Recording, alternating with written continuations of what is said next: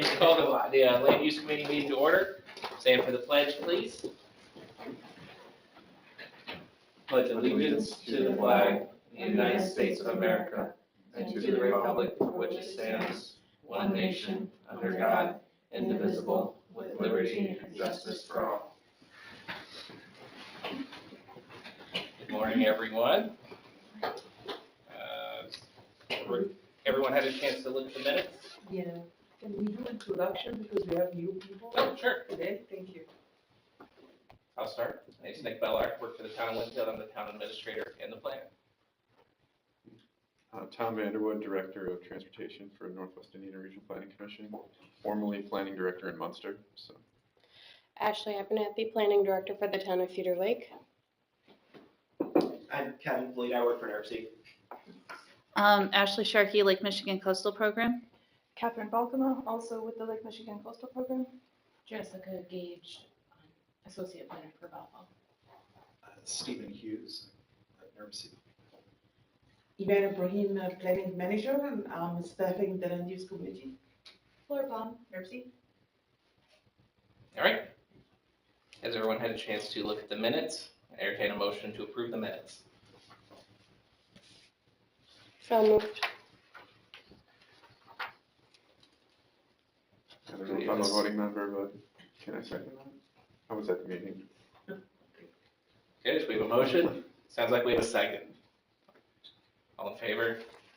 Aye. Motion's approved, minutes are approved. Item number 3, final draft, Northwest Indiana 2050 plus land use chapter and housing presentation. E-Man. Thank you. As you may know, now we have the 2050 plus plan now for public review, and I think the last day will be May 5th. So if you get a chance to look at the whole plan, and we have a lot of recommendation and analysis. Today I'm going to present the land use and housing elements of the plan, but also I want to just give a background. The last plan was adopted in 2019, and that was Northwest Indiana 2050. This one is plus because we are updating the plan, and we have now the new transportation bill, the IIJA, and based on the new bill, we are required to meet some requirement from the federal government, which is climate change, sustainability, resiliency, housing, which a new element for NERC. That's the first time to look at housing and doing housing analysis. So that's why it's a 2050 plus. We still have the same horizon year of 20 years, so it's by 2050 we should maybe meet most of the requirements. So in this one, is it the one movie? Oh, okay.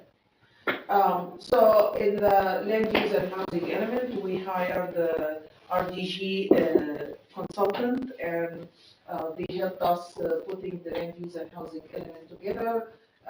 In this one, we looked at the existing land use pattern, and for this one, I want to show you the difference. Look at all of the. Why it doesn't show the TV? It's showing the wall. Yeah. Laser pointers don't ever work on TVs. Oh, okay, but like I can say, look at all of the yellow, which is the residential area and some of the commercial area outside of the municipal boundary. And again, I want to show you the map from the 2040 plan. And look at the residential area, as you see here. Look at here and here and here. All of that expansion of the residential area between the 2040 and the now 2040 plan and 2050 plan. That was almost 2010, and now like after almost 12 years, we got all of this residential. However, we did not increase in the population much. It's a very, very like 1 point something percent increase in the population of that stuff. But we got more housing, so we got more residential. And that's one of the things when we look at the existing trends within the community is to consider that. So that's, and we looked also at the communities planning efforts to see, what's the plan for the communities. Of course, we did the population projection by the year 2050. We look at what's our development vision based on the analysis that we did, issues, uncertainties, and then we look at the number of the population and how can we meet this number from the residential point of view. So that was the type of analysis we did. So for the goals, after we did the analysis, we put some goals together. And the first one, of course, we need to support the walking, biking, and around the transit station, the downtown area. Especially now we have more the West Lake corridor, and we have the double track of the NICTI line. And to meet all of this TOD area, or make it a transit-oriented development, we have to accommodate that with the walking and biking and amenities around these stations. So that was one of the emphasis, which is number 4. It's merged between number 1 and 4. And of course, we wanted to address the shared economic and social resiliency and prepare for all of the environmental challenges of climate change. We identified some key corridors within the plan, and we have recommendations by the end of the document to reimagine and enhance the livability within the area. Of course, we consider the transit-oriented development. We also have the 15 minutes city walk or biking within 15 minutes. The diagram here, and again, this is not working, but the diagram here showing the 15 minutes, and that's basically around town centers and from an elementary school or a downtown area. We try to achieve that like a walkability within the 15 minutes walk or 5 minutes biking. And of course, this will be incorporated with our future funding.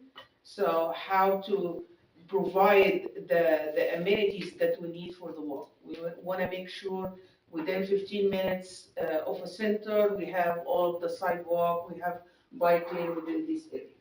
And by the end, as I mentioned, we identified some key places and corridors. This is showing the population growth from 2010. From 1980, Lake County still was missing between 1980 and 20. They still missed lost almost 11%. Porter County is the only one maybe had a significant increase of 0.92%. Lake County still have some significant area which has increased or changed, like Winfield and St. John and Cedar Lake. However, but because of Gary, Hammond, East Chicago, they lost population. They're still showing that they lost some significant population.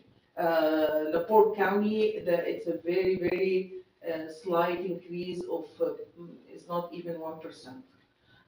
So, and between 2010, it's looking much better. So Lake County here gained 0.05%, which is about 2,700 people. Porter County, they gained the most, which is almost 9,000 people, 0.53%. And the LaPorte County, the same, almost same percentage, which is 950 people in 10 years, which is 0.08%. The total increase between 2010 and 20 within the 3-county area is 0.16 or 12,500 people. It's still it's a very slow growth, but it looks like it's lately increasing because of people moving now from Illinois to Indiana. That's what we noticed when we did some analysis. Here's this map showing the housing unit change. And again, the dark area is a significant increase in housing, which is, you can see it's in Winfield and some in Millerville area, and also Cedar Lake and St. John area. So that's a significant increase. Still, the orange color has increased, but it's not as significant like the dark burgundy color. The population change here, this is again from 1980 to 20. This is 10 years, this is 20 years.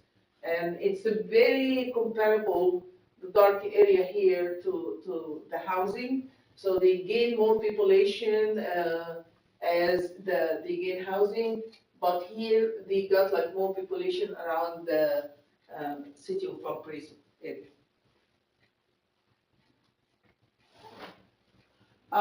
Here's the housing analysis. This one was very interesting to look at that and look at the affordability in different area from Lake County to other area. But this is an example showing that the income, the household income up to 25,000, which represent under 44% of the Lake County. This is an example of Lake County again. It's showing that they are lacking almost 12,877.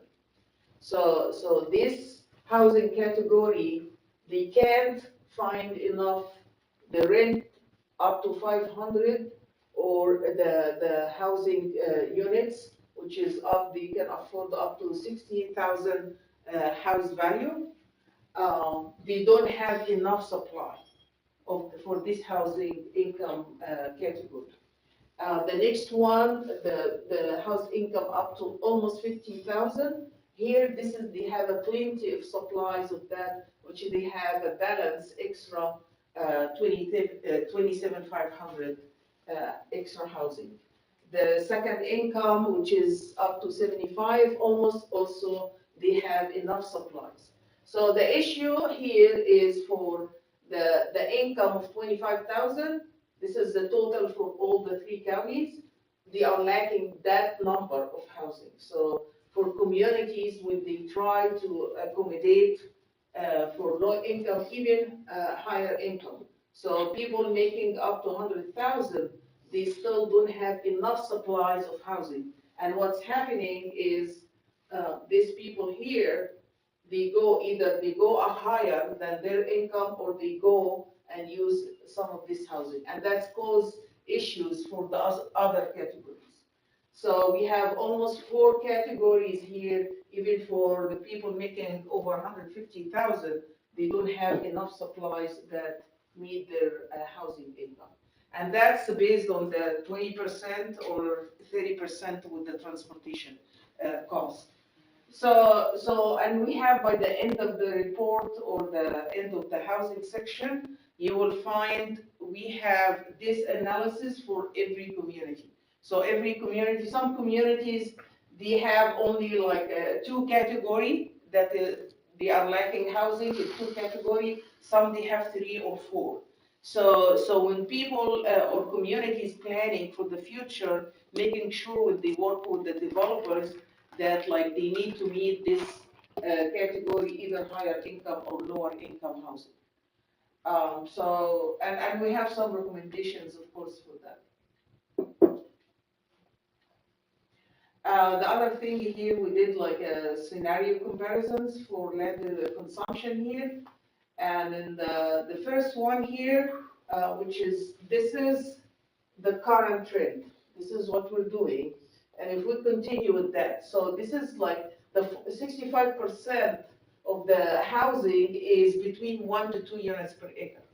And that's really very high. And if we continue like that, and we have, this is single family homes, but small lots. And this is like the duplexes or townhomes. And this is a multi-family. So if we continue with these trends, we're gonna consume almost 40 square miles by the year 2050 to meet the demand of the new residential or new population. which of course consume like more open space and agricultural land. However, so we did like a different scenarios, but the preferred scenario was number 4 here, which is almost on average 4 to 5 dwelling unit per acre. So we still have 20% of the 1 to 2 units per acre, and this is mostly outside of the urbanized area. And we increased the small lot single family homes. That's the trends now. And even when we talk to developers and real estate, they say the new trends now is going for small lots, single family homes. People still have the preference to have a single family homes, but like we can't do any more than 1 to 2 units per acre. The village here of at Burns Harbor, I don't know if you're familiar with this subdivision here. They really have 6 units per acres. So, which is almost, it's a small lots, but it's a single family homes. So that's, I think, the new trends now. And this is a very successful development. And I think that they received the national award before. So we selected scenario number 4. And again, this is the direction of the housing market, as I mentioned now. And this is not depending also in multifamily, because some communities really have issue of increasing the multifamily. So we still try to make a balance between multifamilies and single family homes. Of course, we don't consume like open space or any new lands. We try to limit that for the future. So we are requiring to have 50,000 new residential in the next 30 years, and that was, in this one, we're gonna consume 16 square mile if we continue with these trends. Can I ask a question about that? Yes, Is that assuming all of this is like greenfield development, or does that include like infill? including infill. And that's in the map will show that in the next slides. I think, just to kind of go along with that, I think asking, developers what the current trend is not always productive, because they're gonna tell you the current trend is as dense as I can possibly go, that the council and the local plan commission will allow. So there's an element of community character that's up to the planners and the council and individual communities to maintain. So I would just, if I talk to Lennar or Old Top Homes, they say, oh, we have to have, 3 or 4 units per acre. That's what the trend is. No, that's what they make the most money on. So, Yeah, which is, yeah.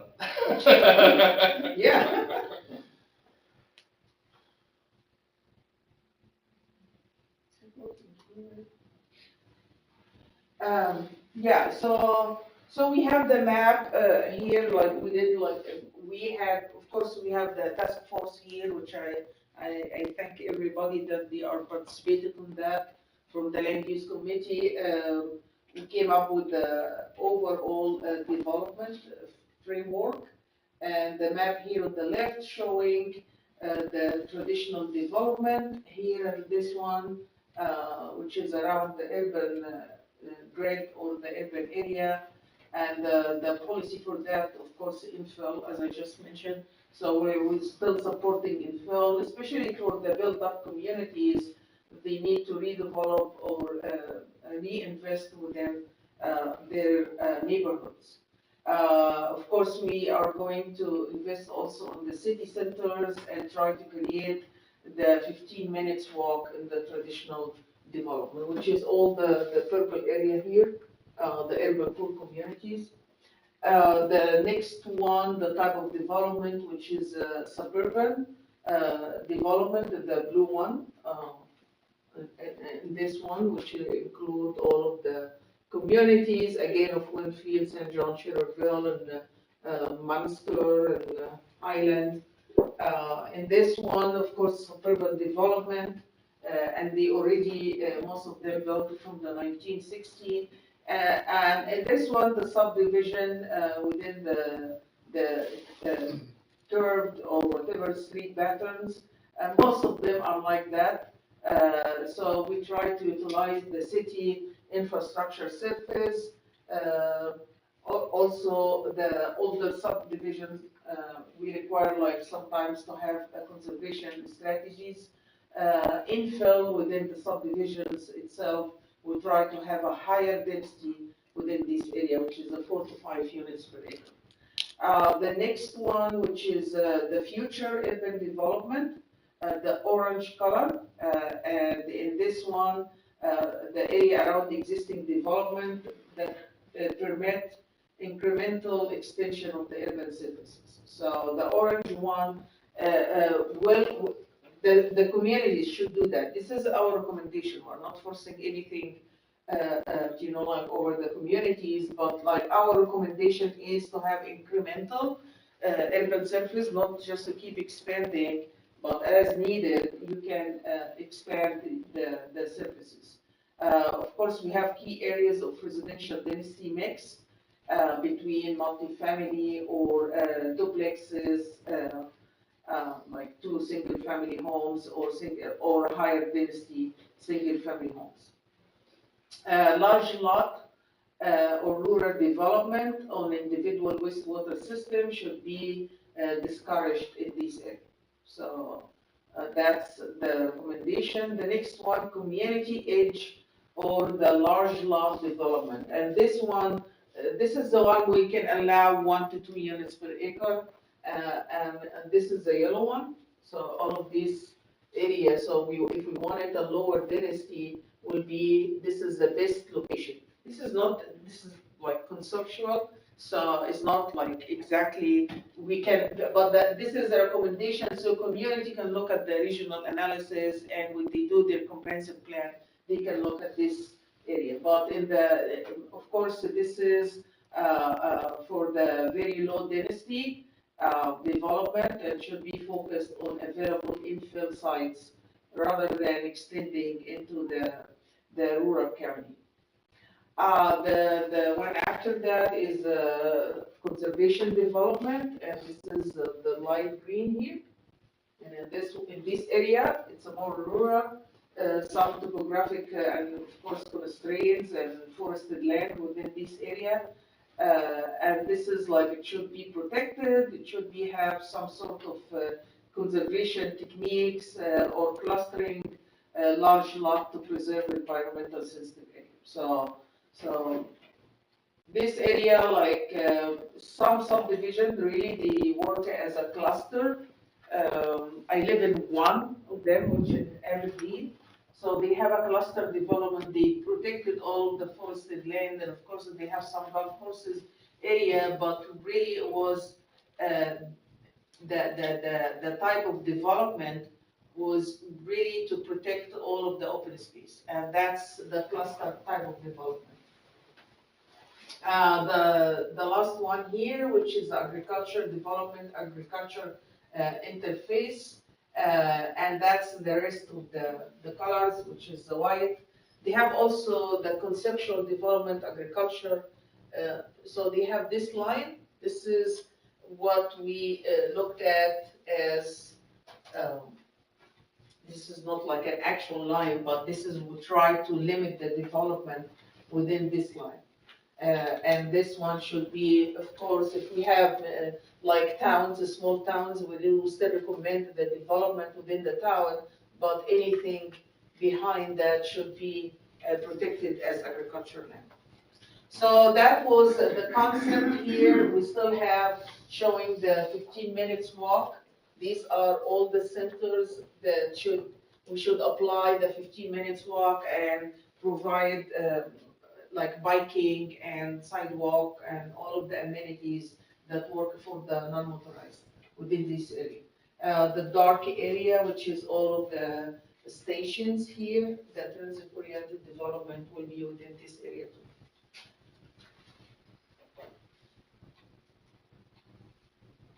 The next one here will also focus on centers and corridors within the area, and we have like a different type of corridors. So we have the traditional corridors, which is all the purple color. How can I find that? Can't. Yeah, so we have some traditional corridors here, which is a kind of pink or purple color. And in this one, it's mostly around the commercial and civic centers. And the policy for that is to reinforce the character and investment in these centers. So again, it's within the 15 minutes walk or biking, improve active transportation access and take advantage of opportunities to increase population along these corridors. So it's between the two stations here, we have it here too, and we have it this one, which is, this one is what? That's 65, right? Yeah. I'm trying to remember what corridor is this in. That is 65. Is that 65? Yeah, that's 65. Yeah, it's one of the things here, I remember now. I will ask the RDG to provide all the name of the corridors for each type. So we can, right away, when we have that for the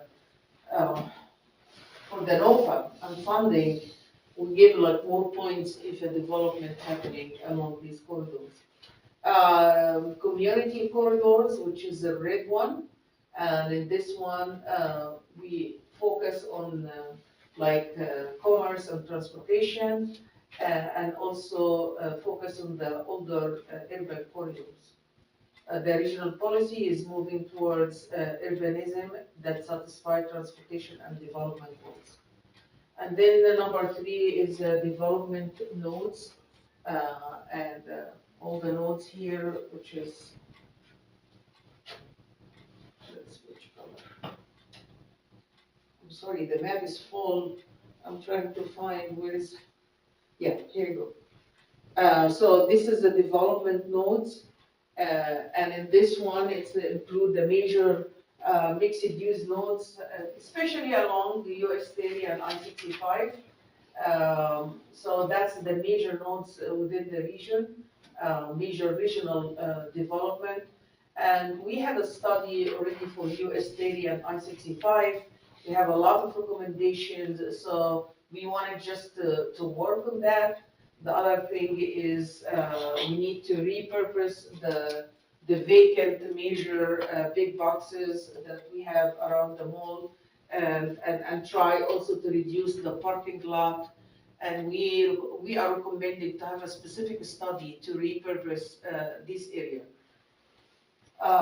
So the next one here is a catalyst here, and this is we propose like a new corridors or trails, and now we say TOD, transit-oriented development, and we have TROD, which is trail-oriented development.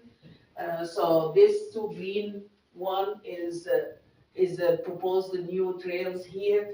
We also propose the new corridors. We have the Willow Creek, and then we also have another corridors here, which is recommended. This one in Hobart. We are recommending this connection, and we're recommending the Willow Creek Road. US 30 study corridor, and this one. So the whole corridor, it's already happening. They try to look at the whole corridor, and we have a committee working from other counties or outside of the region, working on planning for the US 30. The next one is the initial Great Street focus. So they wanted to apply the Great Street focus here in some of the area, US 6 here.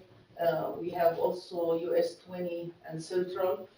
So some of this road, and of course we have a description with every type of corridor, what kind of development could go to make it like a Great Street focus, or a commercial corridor, or other trail-oriented corridors. So what's the requirement to meet that in the future? This is a long one, I know, but is important. We also identified the environmental corridor. We wanted to link all of the managed lands into a green network. That was a concept based on the Indiana Dune Lands National and State Park.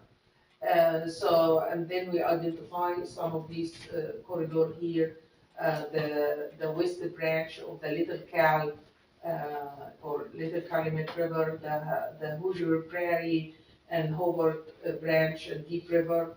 And then we have the Marina and East branch of the Little Cal also.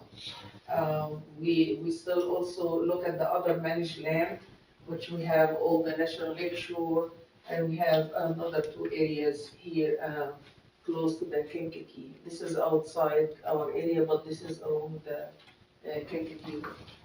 So that was mostly recommendations of the plan, environmental corridor centers, and also future development area. So I think this is very much what we have for the land use and housing. But like, I think it will be good to review the whole report, give a feedback. We have up to May 5th for the public review. Anybody has any questions? All right. Thank you, E-Man. You're welcome. Next on the agenda, legislative update, E-Man. Yeah, the one I checked on the one which is House Bill 1540, and that was the Transportation Development District, and I think that's for the city of Valparaiso to be included within the Transit Development District. This one is still, since January, they didn't take any action. And as a reminder again, this one for any municipalities located in a county that is a member of the RDA, and they have already operated a scheduled commuter bus service to Chicago, Illinois station, like the train station. They will be, should be added to the Transit Development District, and I know this is City of Valparaiso. So the Ed Solidai already requesting that for the city to be part of the Transit Development District. So no action yet on that. I checked on that. The other new one, which is related to the land use, House Bill 1132, and that's to create a land use task force. So it has a group of representatives included in that, and this one to create the land use task force to study and make recommendations concerning areas where food insecurity exists. So it's a food desert mostly, and also development growth trends in rural areas, suburban and urban communities across Indiana. So this is the whole state of Indiana. I don't know if anybody here, from Northwest Indiana is participating in that, but this would be good because it was signed just like a few days ago, April 21st. It was signed by the president, so it's already got the action approved. Anyone knows about this land use task force? I haven't heard anything about it, right? The Indiana chapter of ADA, we haven't. Yeah, somebody should be included, and it's from different, we should have it here from all the counties at least. Does it say who is on the task force, or Yeah, who's yeah, invited they to be have- on the task force? Yeah, Rep. Kendall Culp, and co-authored, by 1, 2, 3, I don't know, like 4 people, like they did the bill, and it's sponsored by, how many senators? 1, 2, 3, 4, 5, 6, 7 senators. So I'm really surprised because this is like it's an important one because they're gonna look also for other community growth issues. So we want to investigate on that. I just got that yesterday. I looked at it and I said, oh, this is a brand new one and it's already approved. But like it would be good to get somebody from Northwest Indiana to get, to be, you know, like involved in that. Are you still, Tom, you still the president, right, Yeah, of the chapter. of the chapter, yeah?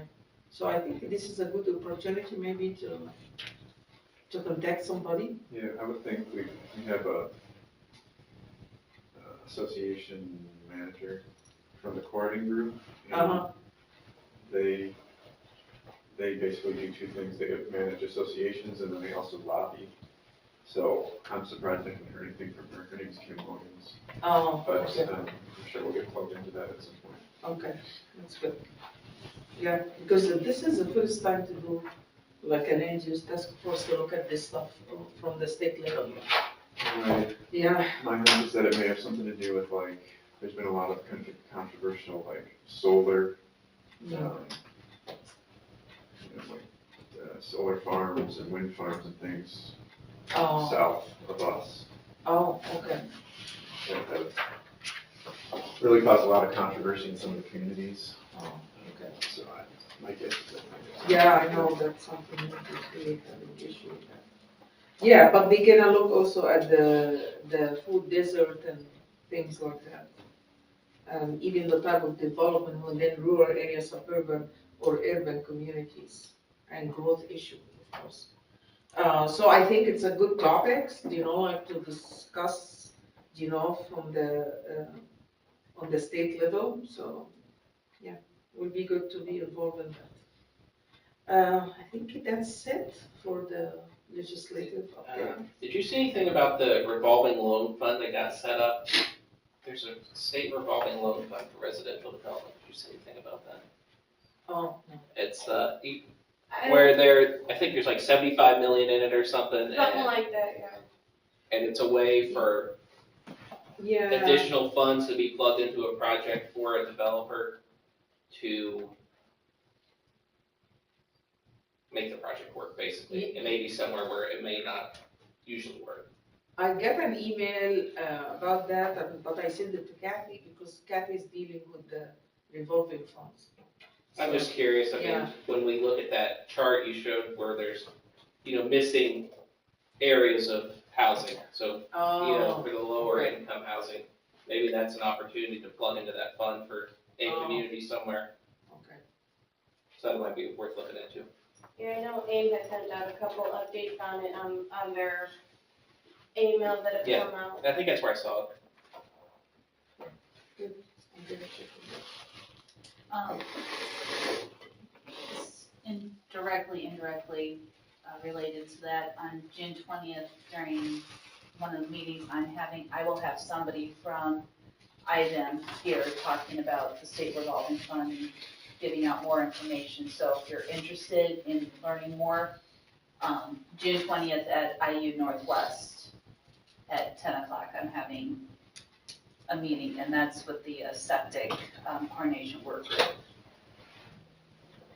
Can you send us information about that? Absolutely. The place and everything? Yep, I will definitely what it send out is? an invite. You send it, yeah, to the, and we can forward it to the land use committee. Sounds good.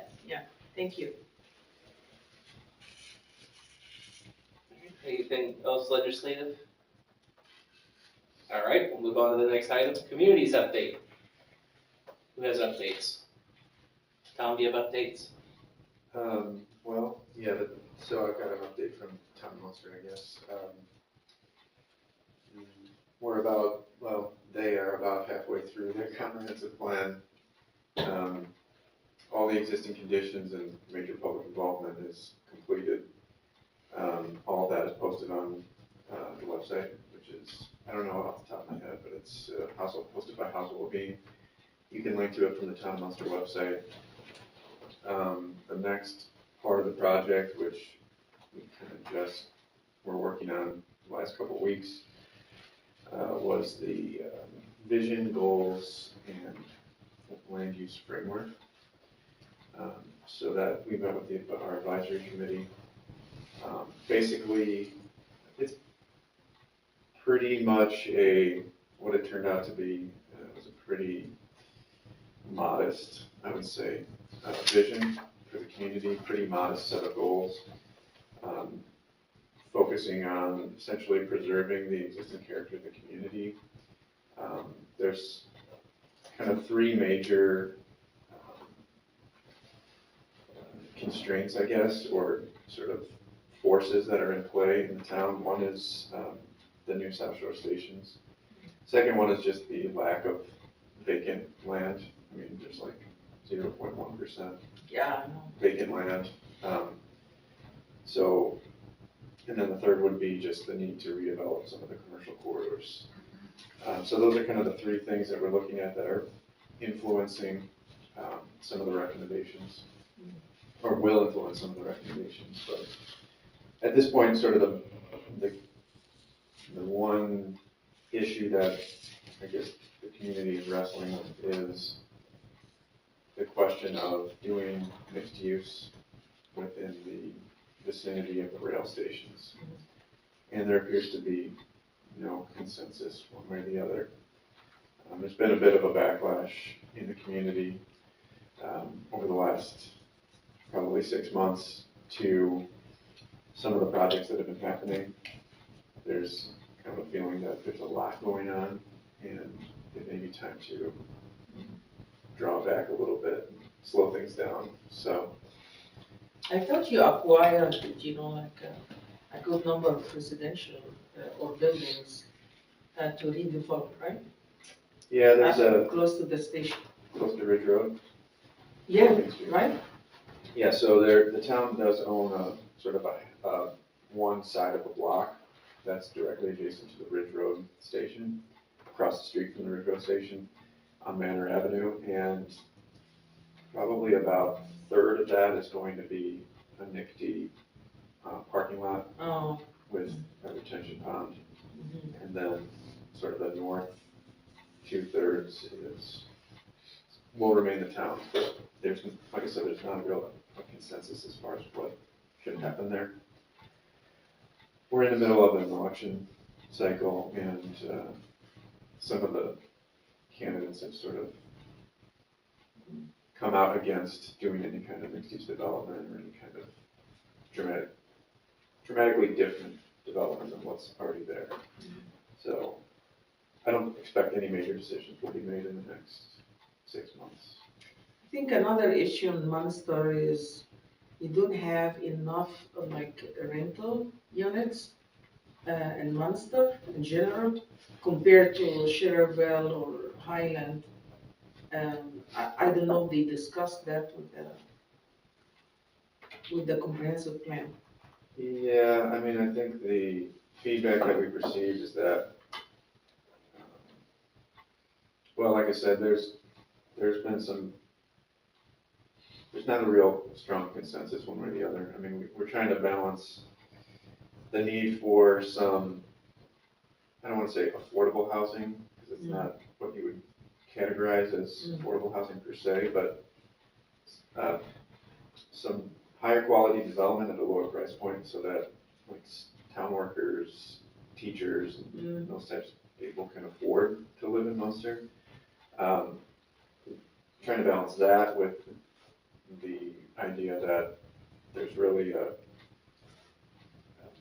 there's no desire to actually have true affordable housing. So, yeah, there's just a difference of opinion there, and I see it sort of resolving itself into I don't want to predict the future, but probably a status quo type of approach for the comp plan, which is fine. I mean, it is what it is. But sometimes people, even when they move to Munster, they want it like a transition, so sometimes they rent because they are moving right away till they start to look for a house or something. So, and that's, they have to rent outside of Munster. So that's what I'm saying, they have to consider something like that. And You have the same issue in Buffalo? some people would say that that's the way it should be. You know, there are other communities that can provide that rental housing. I think just having worked there, one of the issues with rental housing is that you have, in the absence of sort of well-managed, larger rental communities or just professionally managed rentals. You have a lot of people who are, just kind of handymen that decide they want to buy a single-family house and then just earn passive income on them. And so there are certain areas of the community where you do have a lot of single-family rentals, which are not well maintained and really, Yeah, of course. they're just generating income for somebody who lives in Winfield or somewhere. Yeah, I know what you're talking about. So they can afford to live in Winfield. No, I'm kidding. But then they're not, they don't necessarily run it like a business where they're reinvesting in their property. So that's just kind of like a code enforcement issue that we have. Yeah. But it's kind of difficult. There's no desire to really have in order to get sort of higher quality rental, you need this economy of scale. So you need somebody to build something very large. And there's really no desire in the community to have, 60 units or 100 units. It's just too dramatic of a change. So that's a tricky thing. How do you balance that? But I think we will end up probably implementing some of the recommendations similar to what is in the 2050 plus plan as far as small lot, single family, because that seems to be the demographic that we're looking for. Thanks, Tom. And Winfield, we're updating our comp plan. We're about halfway through it. Should be finished in mid-June. And the results are coming in as what's been approved in recent times is too dense. It's been the public outcry. So I would say the comp plan is working. Probably hear it all the time. So probably the outcome will be a policy of less dense residential development in town by the town council and the planning commission. Probably establish some industrial zoning, which we don't have with all the growth going on the east side of I-65 in that area. Probably the main kind of topics have been less dense, more sidewalks, and people want more places to eat. I mean, it's really cut and dry. That's about the three, that's really it. They really wanted to list More them, restaurants. really? Yeah. Less people, but more. More sidewalks. And more amenities. Right. More Less amenities, people, yeah. more- Yeah. They go together. Less so well. people, more things. So that's kind of where it's heading. The area, I remember when we did the e-commerce, all of the East 65, it was like a high priority area. So you have a good opportunity Yes. for that, to have even warehouses and distribution centers Yeah, around these. that's showing up in the Yeah. comp plan on the southwest. So you know where they're building a new middle school down on 121st Oh. and Gibson, Oh, new okay. TAC middle school. Mhm. So west of there, south. Okay. Towards, So are you towards 231. going to annex more land? There's discussions going on that. Okay. What consultant do you guys have on the project? What's that? Is this being recorded? Yes. No. It is, Serious? it is live, actually. It's just discussions. What consultant are you using for the comp plan? For the comp plan, we're using Veritas Group.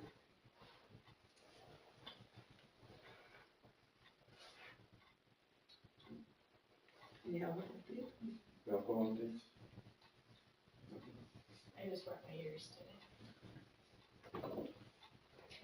We opened the public hearing on a overlay district for 133rd Commercial Corridor. It is continued, and I will be doing a presentation on March 3rd at 6 p.m. at Town Hall, if anyone wants to listen.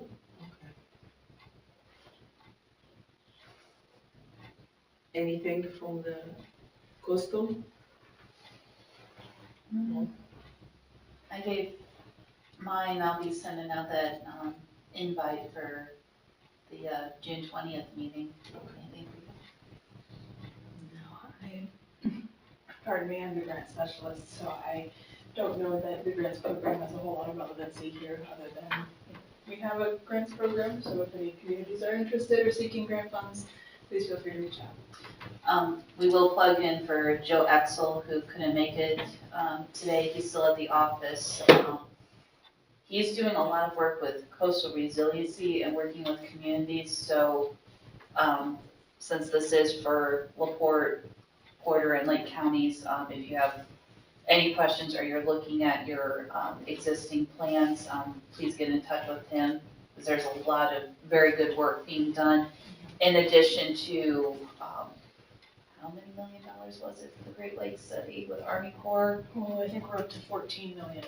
Yeah, there's a huge, they're calling it a mega study, and they've only done it for ocean states previously, but the Army Corps of Engineers is doing a massive resiliency study for all the Great Lakes and all the Great Lakes states. So you're gonna be hearing quite a bit about coastal resiliency and what, as counties, communities, and a state, that we can do to deal with what's going on with Lake Michigan, and just the fact that we are so close and interact so heavily with the Great Lakes. I believe Lake Michigan's portion of that, or at least the portion that would apply to our region, will be beginning this fall. Yep. Q3, so we'll be trying to get the word out to get stakeholder involvement, Yep. hear what communities have to say, to reflect on the rest of the study. So please keep your ears open for that. Yes, so there's gonna be, I think community sessions start this fall, like Catherine said, and a lot of the work and observations are being done in 2024, like the physical observations of the lake itself. So community involvement starts fall of '23, and then a lot of the on-the-ground work will begin in earnest in '24.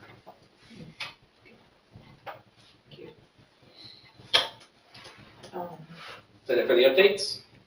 I think everyone gave an update, so I don't think there's anything else to do. Next meeting is scheduled for Wednesday, August 30th, 2023. Eman, do you have anything else? No, thank you. Motion It's to- just I'm asking people to look at the 2050 plus plan online. It's already online.